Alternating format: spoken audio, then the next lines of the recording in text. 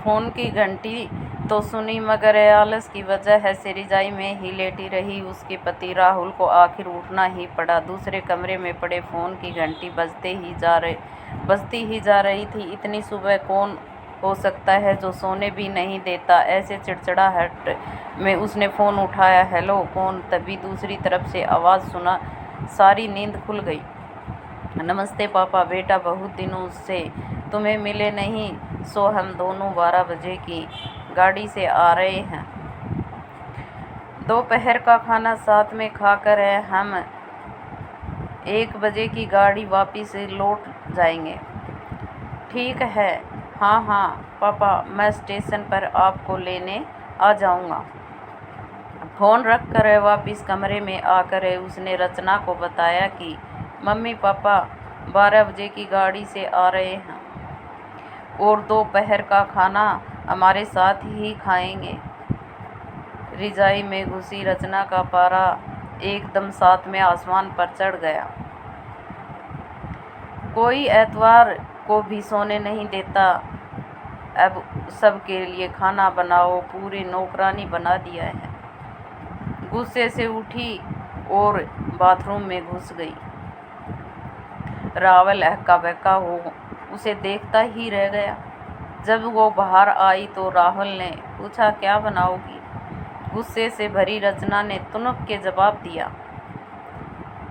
अपने को तल के खिला दूंगी। राहुल चुप रहा और मुस्कुराता हुआ तैयार होने में लग गया। स्टेशन जो जाना था। थोड़ी देर बाद गुसेल ने रचना को बोलकर वो मम्मी पापा को लेने स्टेशन जा रहा है। वो घर से निकल गया। रचना गुस्से में बड़बड़ाते हुए खाना बना रही थी। दाल सब्जी में नमक मसाले ठीक हैं या नहीं की परवाह किए बिना बस करछी चलाए जा रही थी। कच्चा पक्का खाना बना बेमन से पराठे तलने लगी, तो कोई कच्चा तो कोई जला हुआ। आखिर उसने सब कुछ ख़त्म किया। नहाने चली गई। नहा के निकली और तैयार हो सोफे पर बैठ मैगजीन के पन्ने पलटने लगी। उसके मन में तो बस यह चल रहा था कि सारा संडे खराब कर दिया। बस अब तो आए, खाएं और वापस जाएं। थोड़ी देर में घर की घंटी बजी तो बड़े बेमन से बैठ उठी और दरवाज़ा खोला।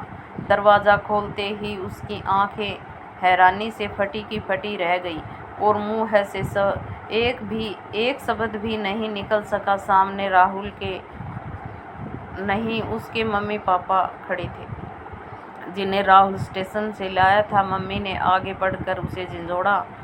अरे क्या हुआ? इतनी हैरान परेशान क्यों लग रही हैं? क्या राहुल ने बताया नहीं कि हम आ रहे हैं? जैसे मानो रचना की नींद टूटी हो। नहीं मम्मी, इन्होंने तो बताया था, पर रह चलो, आप अंदर तो आओ। राहुल तो अपनी मुस्कुराहट रोक नहीं पा रहा था। कुछ देर इधर उधर की बातें करने में बीत गया। थोड़ी देर बाद पापा ने कहा, रचना गप्पे ही मारती रहोगी या कुछ खिलाओगी भी? यह सुन रचना को मानो सांप सूंघ गया हो। क्या करती? बेचारी को अपने हाथों ही से बनाए अधपके और जले हुए खाने को परोसना पड़ा। मम्मी पापा खाना तो खा रहे थे, मगर उनकी आंखों में एक प्रश्न था जिसका वो जवाब ढूंढ रहे थे। आखिर इतना स्वादिष्ट खाना बनाने वाली उनकी बेटी आज उन्हें कैसा खाना खिला रही है? रचना बस मुंह है नीचे किए बैठी खाना खा रही थी। मम्मी पापा से आंख मिलाने की उसकी हिम्मत नहीं हो पा रही थी। खाना खत्म कर सब ड्राइंग रूम में आ बैठे। राहुल, कुछ काम है, अभी आता हूँ कहकर थोड़ी देर के लिए बाहर निकल गया। राहुल के जाते ही मम्मी, जो बहुत देर से चुप बैठी थी, बोल पड़ी, क्या राहुल ने बताया नहीं था कि हम आ रहे हैं? तो अचानक रचना के मुंह से निकल गया, उसने सिर्फ यह कहा था कि मम्मी पापा लंच पर आ रहे हैं। मैं समझी उसके मम्मी पापा आ रहे हैं। फिर क्या था? रचना की मम्मी को समझते देर नहीं लगी। कि ये मामला है। बहुत दुखी मन से उन्होंने रचना को समझाया, बेटी हम हो या उसके मम्मी पापा, तुम्हें तो बराबर का दर्जा सामान्य करना चाहिए। मम्मी पापा क्या, कोई भी घर आए तो खुशी खुशी अपनी हैसियत के मुताबिक उसकी सेवा करो। बेटी जितना किसी को सम्मान दोगी उतना तुम्हें ही प्यार और इज्जत मिलेगी। जैसे राहुल हमारी इज्जत करता है उसी तरह तुम्हें भी उसके माता पिता और संबंधियों की इज्जत करनी चाहिए। रिश्ता कोई भी हो, हमारा या उसका,